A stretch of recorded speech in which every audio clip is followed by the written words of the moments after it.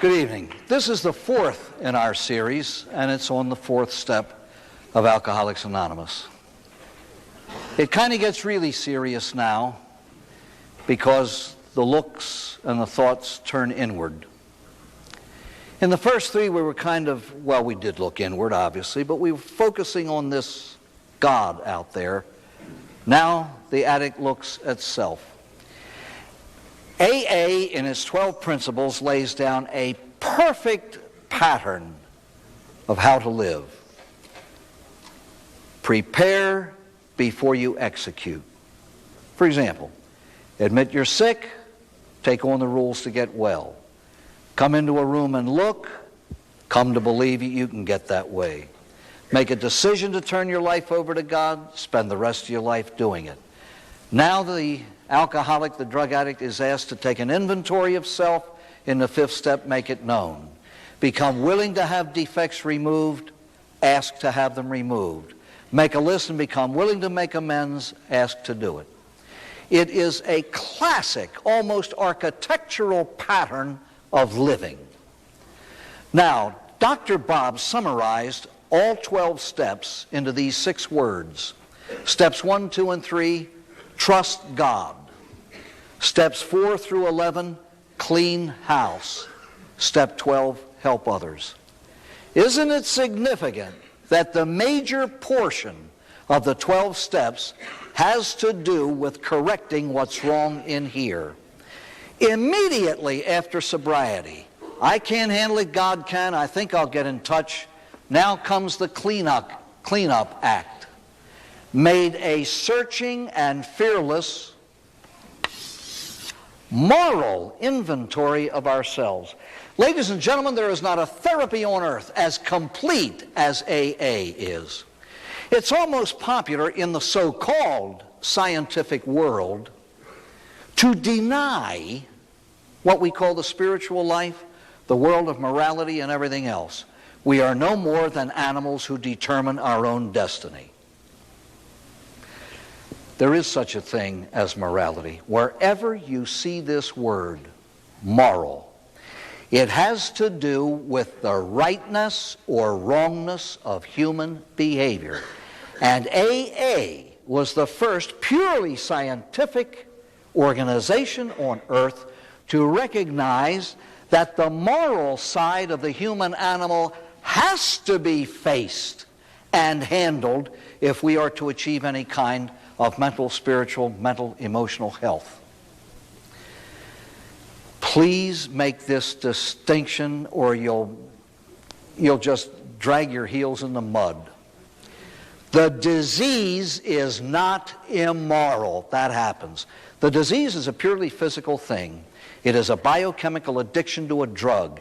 It results in added damage to the mind, emotions, and soul. And so we call it a threefold disease of body, mind, and soul.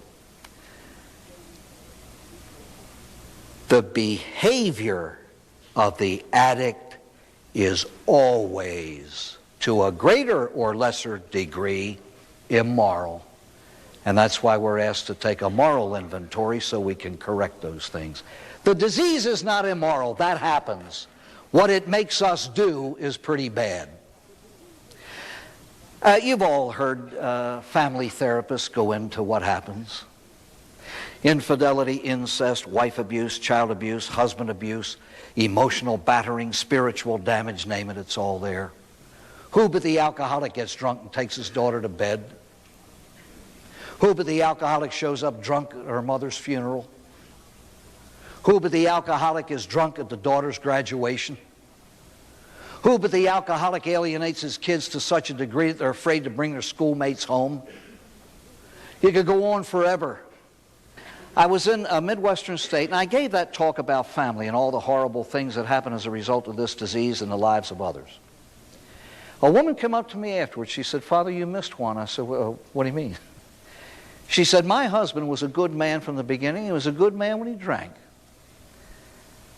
But," she said, "never abused us physically, never abused us verbally, never abused us financially. We never wanted for a dime. However, He drank and slept. He just disappeared from this family and lived in a world of unconsciousness. He didn't pick up one responsibility toward this family at all. He drank and slept. The behavior of the addict is always immoral. You know what the alcoholic and the drug addict is now asked to do? It's not to wipe that out, that's there. It's to resolve the guilt of the past, because you cannot live with guilt sober. Dr. Bob proved this in the very beginnings of AA. He and Bill got together. They started this thing unconsciously. And he went on a medical seminar or something in Atlantic City, and he drank. And he realized that he could not stay sober until he cleaned up his past, because he said it's impossible to look at it through sober eyes and be able to stand it. And this is why, my friends, right after steps 1, 2, and 3, this comes right away. He did that. He took a moral inventory of his life. He admitted to God, himself, and another human being, and he was able to go on. In a lot of treatment centers, you hear counselors say things like, "You got to get rid of the garbage." And they have you write out all of your past sins, put them in a bag, and go and burn the bag. Does nothing. You will never get rid of your past. It's there. Mine is there. Yours is there. You cannot change one iota of it, and you don't get rid of it. What you do is resolve the guilt about it. A good friend of mine, a man from whom I learned most of what I know, said this. He said, after I got well and I did my 4th and 5th steps, he said, I could walk into practically any hotel in the land. He was a writer. He used to write for newspapers. And he said, under any potted palm could be an old doozer who could look me right in the eye and say, "Ripley, you are an SOB. And he said, I'd look him right back in the eye and say, everything you say about me was true. No more. Unresolved remorse will destroy you. And so we are asked to take an inventory. That's a very wise word. You know what we're asked to do? We're asked to try to find out what this is, this I that I've spoken about all my life. Every one of us in this room, my friends, is 3. I am who you think I am. 16,000 miles off center. I am who I think I am. A little bit closer.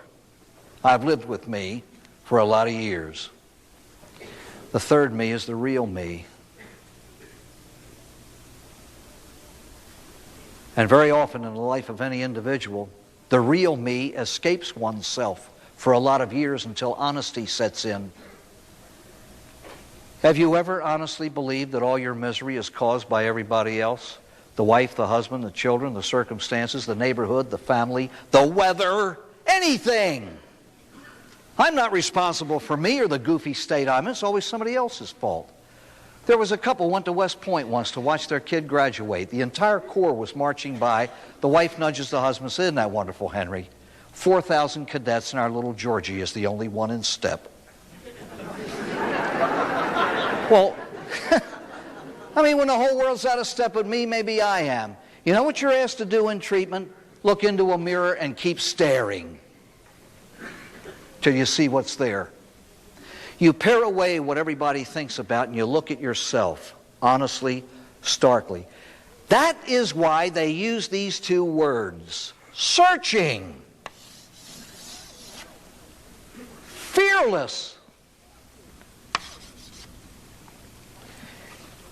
Right or wrong list of what I've done in my life. And you know what I'm going to discover? What every human being has to.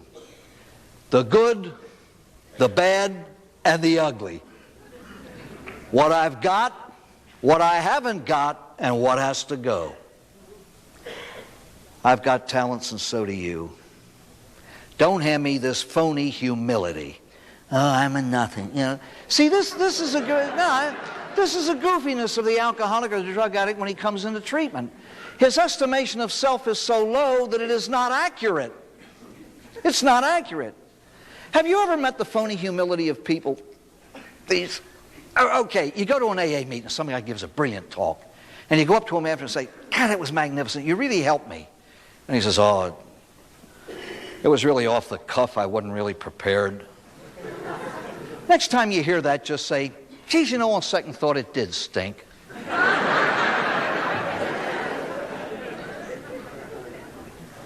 You want to find out if somebody's on it. You know what really kills me?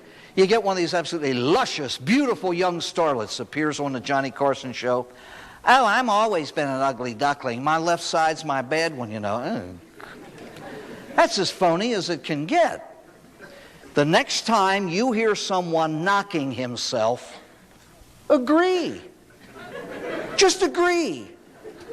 Did you ever go to a party, you want to sing songs, and there's a piano player there, and you say, hey, would you mind playing for us? Oh, I don't play very well. Just say, excuse me, I thought you did, and walk away. Seriously, you'll find out that there's a whole lot of phoniness in the world. Ladies and gentlemen, humility is not a denial of truth, it is stark truth.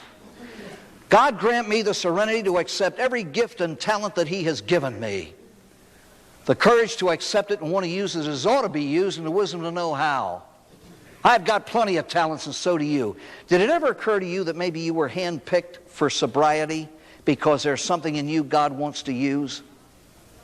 To deny what God has given you is to insult Him. It's almost to spit in His face and say, no, you didn't.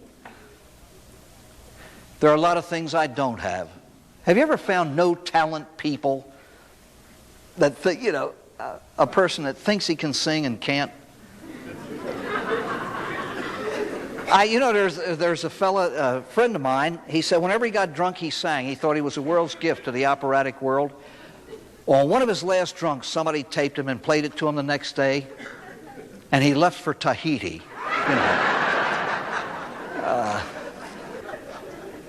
I've got a lot, and there's a lot that I don't have that other people do. I've got to find out what I've got because the good Lord's going to ask me to use it someday to help somebody else. And if we're honest enough, and humility is stark truth. If I recognize what I've got and I recognize what you've got and we pool our resources, maybe together we can help somebody else. But the real me, I am asked to find out what that real me is and who he is. What's a moral inventory? If you don't know how to take one, get one of the marvelous pamphlets they have out. Try the 10 Commandments. I think we all function according to those rules. Live and let live. Do unto others and then cut out. Do unto others and then as you would have them do unto you. Take these normal rules of human behavior. I think that there are pamphlets out that have an entire examination of self that is very thorough and very complete. Get one. Go through it. Be honest enough to acknowledge these things. Ladies and gentlemen, if you're like me, I've done some wonderful things in my life. I've done a lot of things I'm very proud of. I've done an awful lot of things I'm terribly ashamed of. And I have failed to do a whole lot of things. All I'm asked to do is to list them so that somewhere along the line I can find the real me. There was on Sunday afternoon, they used to have something about the National Football League, and it was like an hour to a half hour before the games. And one Sunday, they had the hobbies of some of the players. And one of the San Francisco 49ers used to buy old farmhouses about 100 years old and restore them and live in them until the bug bit again. He'd buy another one and restore it, and they'd live in it. But the very first thing he did when he bought a house? He had to find out what it had, what it didn't have, and what had to go. And he found out what it had: a few good timbers, a good chimney. It didn't have, let's say, a solarium or a sun deck or whatever. And he found out all the rotten things that had to go. And when he cleared that out, he could then begin to rebuild. And I think that a lot of you have come into treatment. There's a lot of damage there. There's a lot of good there. Let's find out what it is that we have to build on and do the building. But please remember, it takes great courage to do this step, and we get the strength to do anything from a power greater than ourselves. All we have to do is cooperate with it. Thank you and good night.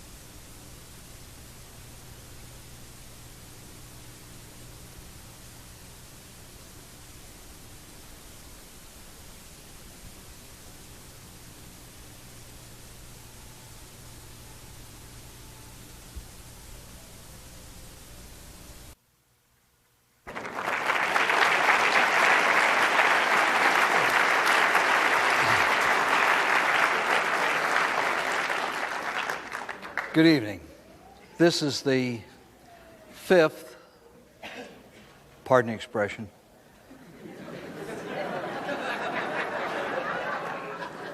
segment of our series. And it has to do with the fifth step of AA, considered by some to be the most difficult. I once heard a man say that the value of steps 4 and 5 will come only after they are done. If people could realize the import of these steps, there'd be no question about their doing them. Many people fight these steps, bring up all kinds of lame-brained excuses for not doing them for many years. And I believe that the basic reason people do not do them is pure fear. Simple, pure fear. They're difficult. They're horribly difficult. This one is a real dilly, admitted to God, to ourselves, and to another human being. The exact nature of our wrongs. I think you can see from the very wording of the steps of Alcoholics Anonymous that it is a deadly serious, deadly painful set of things to do, and usually I think we have to attain some measure of a desire to be grown up in order to do them. They're tough, and this is perhaps the toughest of all. I have heard brave men and women say that they sweat bullets before doing this one.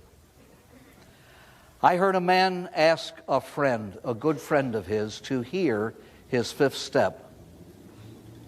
And he said, I knew, even as I asked him if he would hear my fifth step, that after I had done it, I would have lost a friend. For he said, if anyone on this earth really knows me, they wouldn't speak to me. Well, of course, the opposite happened, because for that man it took a great deal of humility to do his fifth step at all.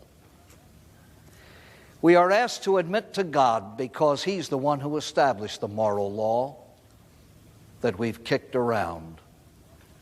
That shouldn't be too hard to do, because He knows anyway. To admit to ourselves is a little bit more difficult. It's a terrible thing to look yourself in the mirror and even try to say out loud, you are perhaps the most self-centered thing I've ever encountered. Awfully, awfully, awfully difficult to admit to self exactly what I am. To another human being? Come on. Even the great saints tried to tell us that they were the greatest sinners. Even the just man stumbles all over the place.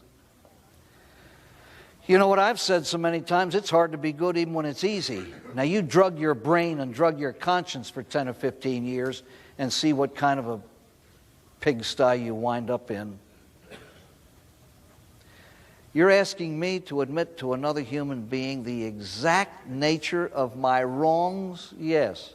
Why? Because for some reason or other, it's healing. And nobody knows why except God established it that way.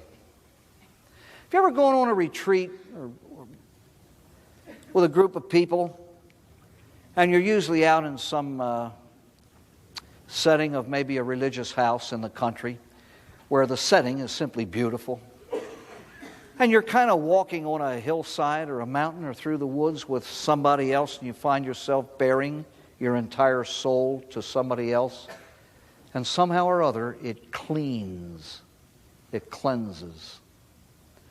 You're all familiar with the fact that we Catholics have what we call the sacrament of penance, in which you go to a priest and tell your sins. And somehow or other, apart from the purely doctrinal and the spiritual end of it, the purely psychological part of it, bearing one's soul to another human being somehow or other, has a great cleansing and healing effect to it. But the doing of it is horrible. It's absolutely horrible. The exact nature of my wrongs. I keep my goodies to myself. You know, what I've got, what I haven't got, and what has to go. I keep the good points to myself. This step has to do with cleaning up our wrongs. I share with another the exact nature of my wrongs. Now, how do I take this step? I ask another human being if he'll be willing to go through 6 or 8 weeks of nauseating. No. I ask another human being if he's willing to hear me.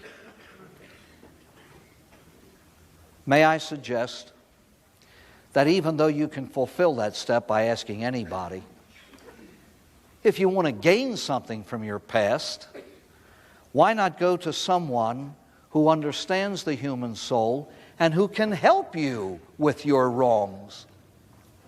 We have made it possible for people to go to clergymen if they so choose. They may choose fellow AAs if they so choose. They can go to anybody, they can pick anybody. And that's the way it should be. That's called freedom of conscience. You should be free to choose the one person, an other, single human being to whom you bear your soul. How many of you in this room right here would want any human being, any other human being, any human being of your choice, some saint, your mother, some good friend, to see one single 24-hour period of your life on a screen? Every thought, every judgment. I've often said one of my favorite indoor sports is jumping to conclusions. We're all good at that. I wouldn't want you to see my best day up here. And we're asked to bear the exact nature of the wrongs of our entire lives to one other human being. Ladies and gentlemen, that is humiliating. It's horribly humiliating. But humiliation is the surest path to humility. It makes me see what I have become. And for what it's worth, and it's worth a tremendously great deal in the healing of a human soul, that for as long as he or she lives, there is one other human being on this earth that knows the real me. There's great therapy in that. And this isn't something that you can choose to do or not do. Bill and Dr. Bob came up with a skeletal plan of life of 12 things. Please believe this, please. They were interested in survival. And if it could be done on 10 steps, that's all there'd have been. If they could have done it on 4, that's all there would have been. These steps are essential. And I once heard a man say, I do not do them because they are nice. I do them because they are necessary. And the thing that is going to get you or anybody else on this earth well is this. You come to the doors of AA and you say, I want what you've got. And they say, if you want what we've got, then you do what we did. And if you can come into treatment or into AA with this attitude, I am here, I place myself in your hands, I will do whatever you suggest that I do, I truly believe that you can get well. But ladies and gentlemen, from this point on, you will breathe the clear air of decency again. You know the serenity prayer, we speak so much of serenity. In my opinion, serenity is nothing more than peace of conscience. I am now living the way I know God wants me to live. I've got to be peaceful about it. And so the rest of these steps, making amends, continuing to take inventory, praying, admitting being wrong,